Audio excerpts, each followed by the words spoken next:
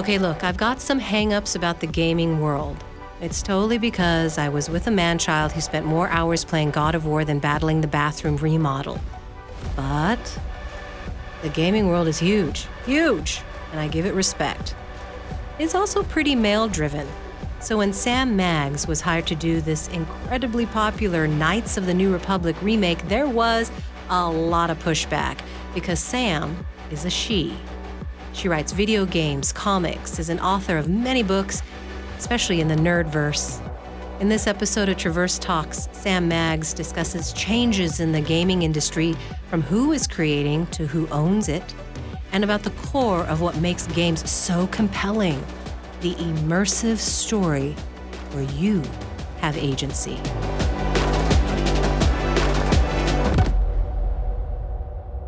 It's very exciting. I have a fun young producer who introduced me to your work, and I feel like I've seen your work before but didn't know it was you, so that was fun. And I just ordered Wonder Women and Girl Squads. I want to say for my 11-year-old daughter, but really it's for myself. Oh my gosh, thank you. Well, they're designed to be enjoyed by the whole family, so it's perfect. That's great. Because look, I'm 44, and my education when it comes to women in any field was little. I mean, there was Oprah. I mean, if it makes you feel any better, I'm firmly a millennial and same.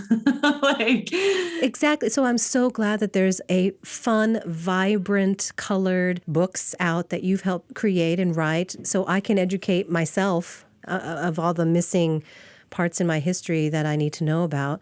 Because growing up, it's like, it never occurred to me that women were involved in so many things. I just happened to be half the population, but not half of what I was reading about or viewing. Absolutely. Well, thank you so much for saying that, first of all. And that's exactly what I write them for. You know, I write the books that I wish I had had when I was a teenager or a preteen or growing up. And frankly, even now, to your point. And I think that it took me a really long time because of the way we were educated to realize that, you know, history is not necessarily truth. Everyone presents history differently, and depending on the person who's writing about it, whether that be 200 years ago or now, everyone has a different perspective and agenda that they're bringing to that history as they're writing it. So mine happens to be trying to uncover some of the lost stories that we don't really get to hear anymore because of whose stories were prioritized or deemed important or worthy at the time. Oh, yeah, and I'm thankful you're doing that. Well, what was it only, I think, 5 years ago, I found out about the warrior queen Boudica and that she right? And she burnt down London. And I'm like, hold up, what? Why was this not in any of our textbooks? Excuse me? She burnt down London. That's a big fucking deal. And I know nothing about this. Seriously. And there are so many stories like that. There's countless, you know, and all different fields. And it's really a shame. So I hope we're able to sort of reclaim some of that. Me too. So Sam, you are a Canadian-American author. Books, comics, video games. There's Call of Duty Vanguard, Tiny Tina's Wonderlands, and some unknown game. What's it called? Star Wars Knights of the Old Republic. That old thing. Oh, that old thing. Books I mentioned earlier, and loads of comics. Now, out of the three, so out of books, comics, video games, which community has shat on you the most? Oh, gaming for sure. Yeah. Oh, no question. That's an easy answer. However, I will also say that I like to think that kind of people that I make angry with my work, if I'm not making them angry, I'm doing something wrong. Oh. So I just try to, you know, accept that. That means that I have a perspective. And then I just take the good stuff and run with it. Sam, I love that. If you're not making them angry, you're not doing the essence of the work you're set out to do. That's perfect. Thank you for just a different angle on the whole thing. You're so welcome. So, I mean, I know you probably have lots more supportive people in the industry and fans, but I am so curious, what is it like being a brilliant storyteller in a predominantly man's world? It's challenging and it's also exciting in both of the industries that in comics and video games, especially. I think one industry is like 16% women, and I think the other is like 22.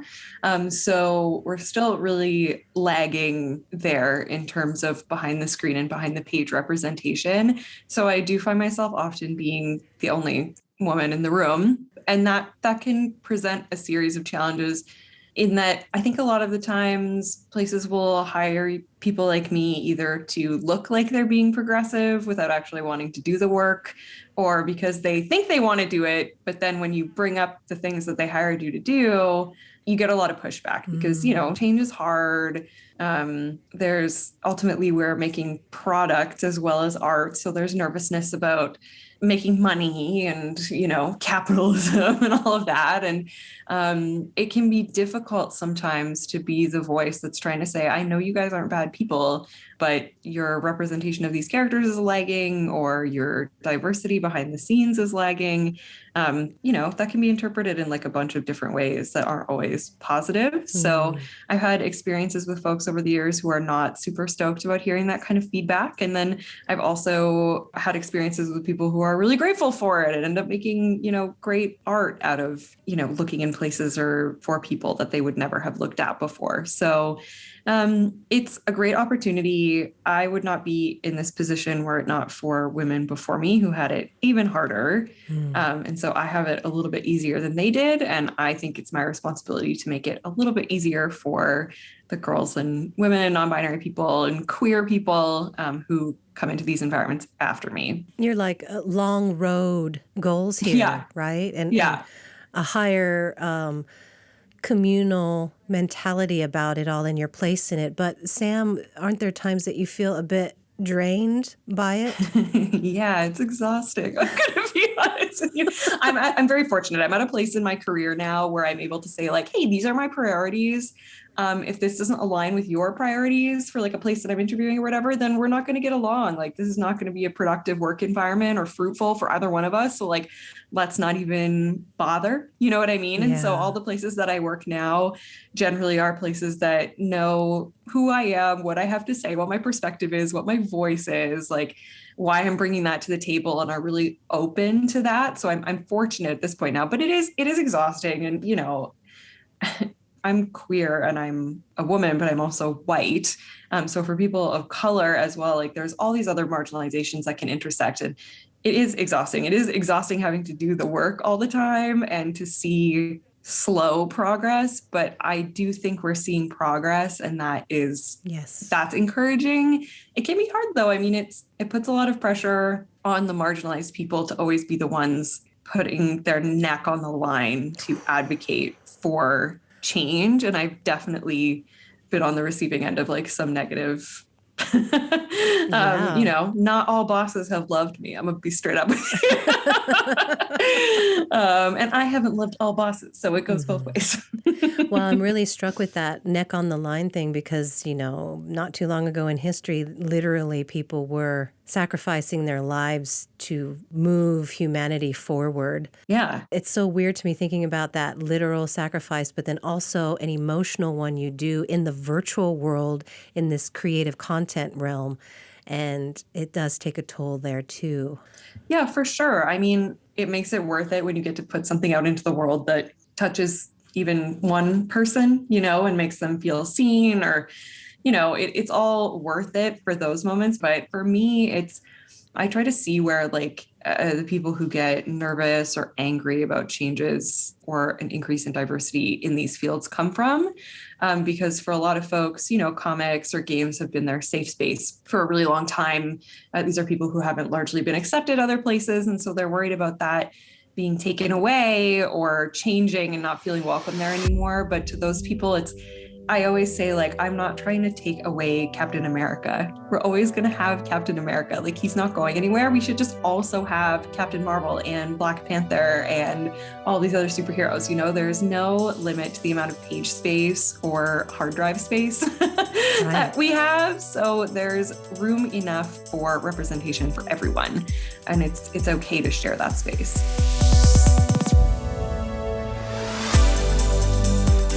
Did you know that you can find us on Spotify? Just look up Traverse Talks and we're the first result. Happy listening. So this is a complicated question I want to work out with you. You probably do work with other women in all realms of the industries that you are in. Yes. And I am sure you've come across some real asshole women, but should you still work together because you're both women? So this is a great question, and I'm really glad you brought this up. And I will start by saying that 99% of the women I've worked with in all of these industries have been so wonderful, fantastic allies, supportive, a big fan of cooperating rather than, feeling like we have to compete with each other, all that stuff. So I have been really, really fortunate. And now I'm at a point in my career where I have hiring power too. So I get to hire more marginalized folks as well, which is also very exciting. So that's been great. However, my very first boss in this industry was a woman slightly, like maybe 20 years older than me. And she had a lot of internalized misogyny, and she was not a great boss to work for. And she viewed all of the other women, in my opinion, at the studio as threats. And I did at the time try to be empathetic to that, because I understand that she came up in the industry in a very different time than I did, when there really was only ever artificially room for one woman at the table. And if it wasn't you, it was going to be someone else. And so you had to cut other women down. So I understand that she came up in a time where she felt that she had to participate in that sort of patriarchal competitiveness against other women. And it can be hard to break out of that mindset. I do get that. However, it is 2022. And like, I also had I'm not like other girls phase when I was in high school. I also was like, I wear Converse with my dresses. You know what I mean? Like, I also had that phase, but I educated myself and I grew out of it. And I worked hard to overcome that. And I think lots of women have worked very hard to overcome that in themselves too. And so my experience with this woman is that I didn't really have any sympathy for her at this point, to be honest. Like, I don't think it's acceptable to treat other women that way. I think as an older woman and a woman with more experience in the industry, as a mentor, you have a responsibility to hold the door open for other women as opposed to shutting in their faces. And frankly, I have lots of mentors in this industry who are women who are not like that, who are like incredible and have gotten me tons of job interviews and have been wonderful, like to learn from, and who have wanted to staff the industry with more and more women. And so, I'm out of patience for women like that. I tried at first to be sympathetic, but I can't anymore. I do get it, but it's our job also to unlearn the things that we were brainwashed by society to learn when it affects other marginalized people. Listen, I'm just at the point in my life now where I don't really have any tolerance for assholes, to be honest. Whether that be in real life or in the office, I've dealt with a lot of like quote unquote genius assholes, where like they're just people who are the worst, and they're like, oh, but they make such great stuff. And it's like, I don't care. I don't care. I would rather 100 times over work with someone who's nice and treats other people with respect and puts out like slightly less amazing work. Like, I think it says a lot about what we value in our society. Like, and it gets in the way of creativity. Yeah, it does. It gets in the way of making good games, because for me, the more diversity of people that we have behind the page and the screen telling their story, like the more interesting stories that we're going to get, which benefits everyone, because the more experiences you have to draw from, the cooler your stories are going to be, and more interesting and more unique. And they're going to be stories we haven't seen before, about cultures we haven't seen before. Like, everybody wins then, you know? Oh, Sam, you answered a question about what makes a good story.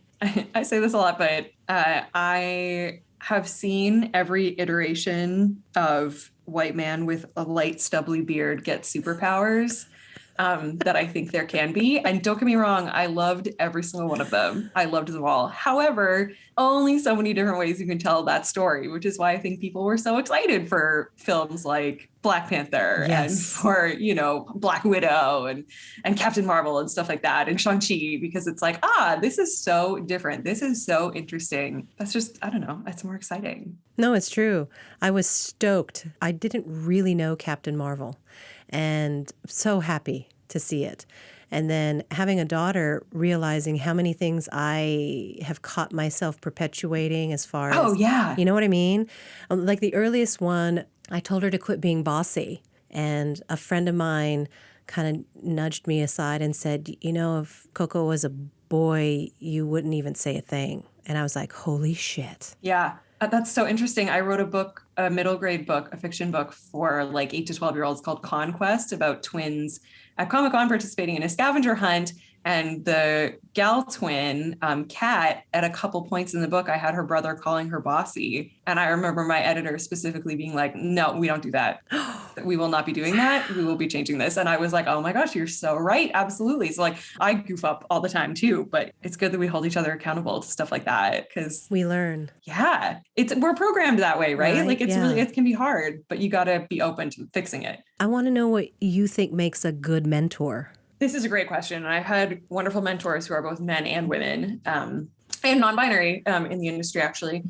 And for me, I think it's kind of exactly what you were saying before about adjusting your expectations in terms of the people that you're willing to reach a hand out to and help. Like no one is born knowing how to make a video game or how to make a comic. Like every single person has had someone teach them how to do that or help them.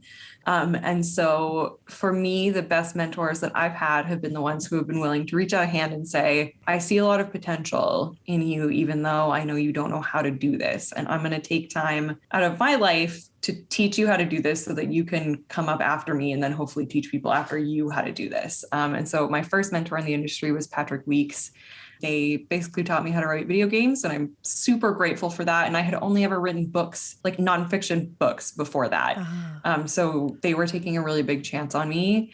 You know, they were willing to do that. They were willing to stick their neck out to say like, no, I have a lot of faith in this person. I think, you know, with the right training, they can learn how to do this. It's not innate. Like I never thought that I could get into video games with my, you know, being a woman and my experience in literature instead of coding, you know, all of these things. So it's about seeing that potential in someone and believing in them enough to really like put your own neck on the line. I think that's part of being a good ally too, is if you are in a position of privilege. So if you're a white person speaking up on behalf of your people of color colleagues, or if you're a straight person speaking up for your queer colleagues and not making it so that they're always the ones having to bring up the problems or make those arguments, right? Because they're a lot more likely to be punished for it than you are or retaliated against. So I often think about what I call political capital and how much of it goes unspent. Yeah, no, absolutely. Absolutely. And I think that's especially true. Like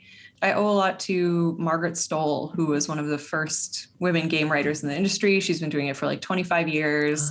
But unlike my first boss, she is forever getting me job interviews and asking me to work with her and with people that she knows and, you know, teaching me what makes a good story in video games versus in comics. And that's the kind of like mentor that I aspire to be one day, is someone who's willing to give their time and willing to risk, you know, their reputation a little bit on someone that they might not necessarily know for sure can do it, but that they see potential in. Take a chance on. And Sam, I feel as if all these mentors are helping to perpetuate the craft. Yeah. Oh, absolutely. Absolutely. The art must go on. Absolutely.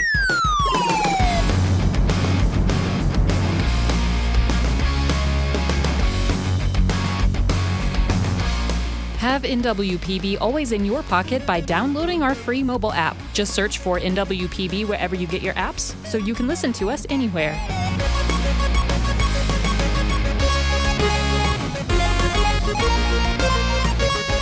You brought up two things that I'd like to go into a little bit deeper. What is the difference between writing a good story for a video game versus a graphic novel? That's a great question. There are tricks and tips to writing in all these different mediums. Certain things work for some mediums that don't work in others. I think that the thing that people have to realize in video games is that narrative is just one small part of a really, really large whole. You know, in television, the writers are the showrunners. They run the show.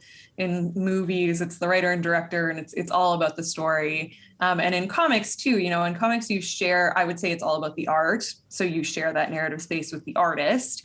But in video games, the primary function of a game is that it feels good to play, whether that be it's fun or it's scary or the combat is great. It has to be a good, active experience first. And the narrative is just one of many parts of that. Like it's a very, very, very collaborative industry, especially when you think about the fact that sometimes there can be thousands and thousands of people working for 6 years on the same game. You have to get everybody on the same page. Everyone is contributing to that. And so the narrative has to serve the greater purpose there, which is a game that feels good to play. Now, that can provide a lot of challenges that you don't find in other mediums. Like they might be mad at me, but I can ask my artist in a comic book to draw whatever I want and they'll do it.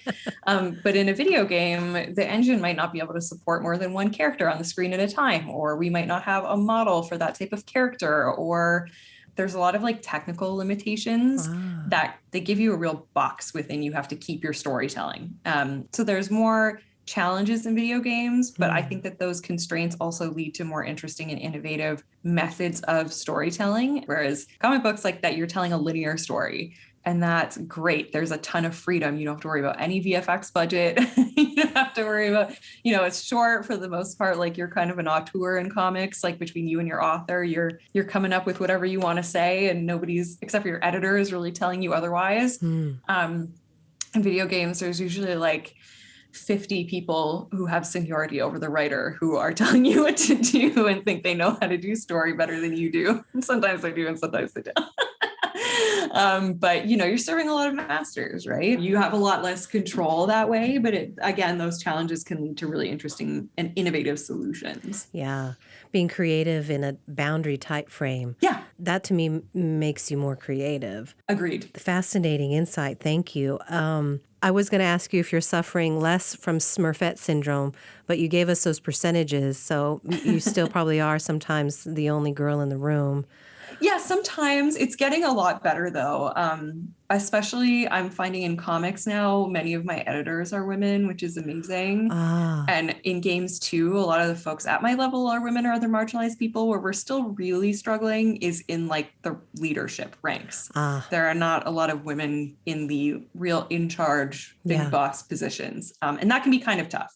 Sam, that's happening kind of, in my opinion, in the public broadcasting realm. Really? Tell me more. Well, we were looking for a general manager. A lot of our candidates were typically, white male. But when we really thought about it, big picture wise, it's because who is of a certain generation that has the qualifications we needed. Yeah. It was the dudes. Yeah. So we had to reevaluate what qualifications and what does that mean? Are you looking for years in the industry? Because that bait is only going to catch a certain type of fish. Yep. So reevaluating that and then just having this conversation and really being realistic that every industry, including public broadcasting, which you would think would be way more inclusive, does have this generation that's mostly males in charge and mostly white. And then on the flip side of that, it's looking at some of these men who want to stay and still have a lot to contribute and who would technically be allies, but they're being asked to move aside. Yeah. Mediocre men are especially threatened by that because they've been able to skate by for a really long time, and they've been taught to expect to be handed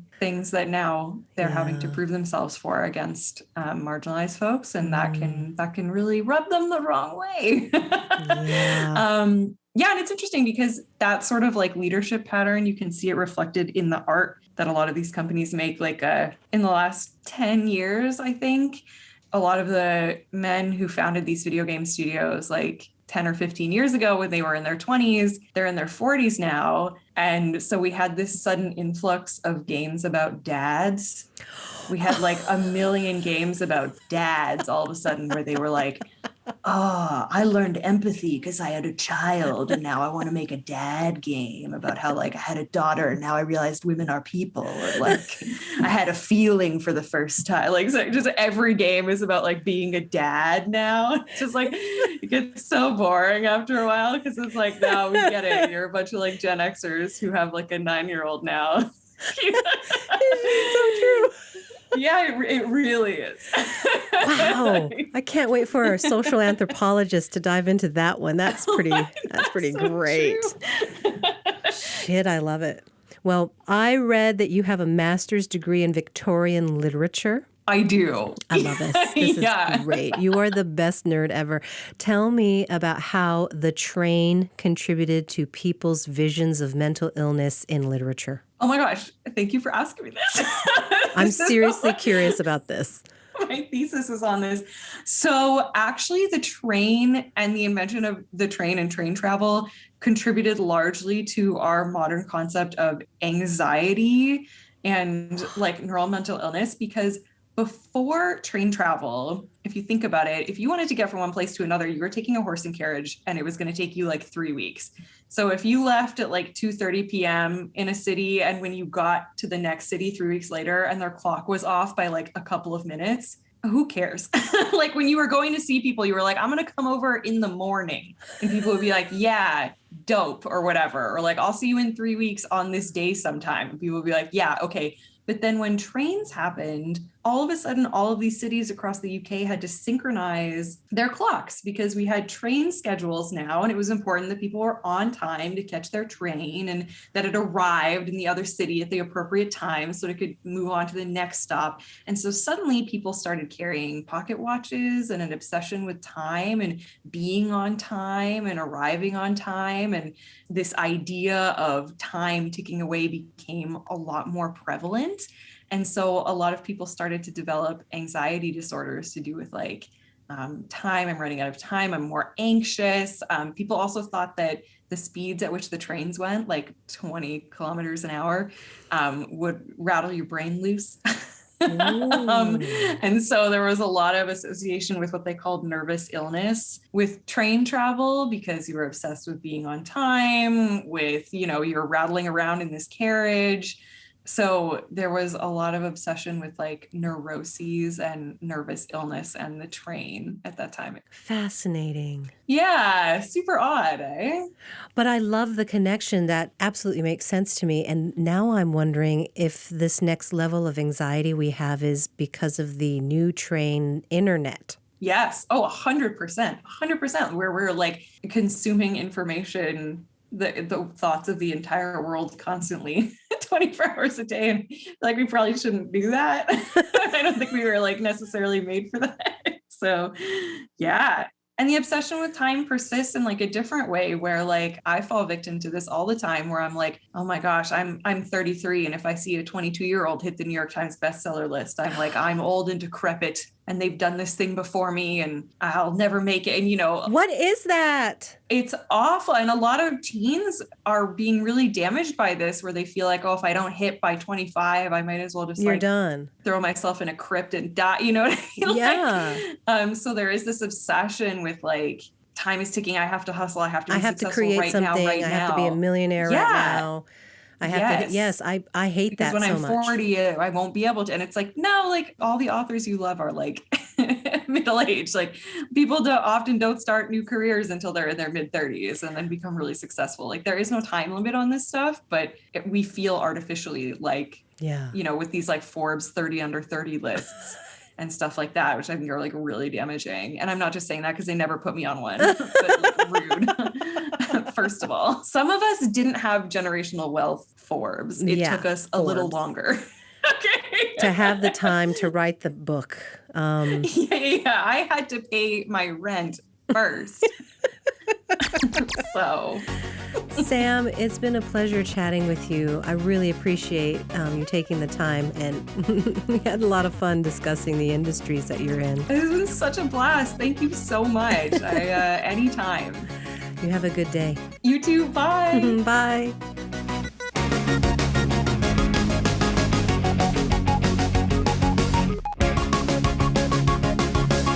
Our guest was Sam Maggs. I highly recommend her book, Girl Squads, particularly if you're like me and you need to learn more about women's history. It's a really good and fast read. This is Traverse Talks. I'm Sueann Ramella.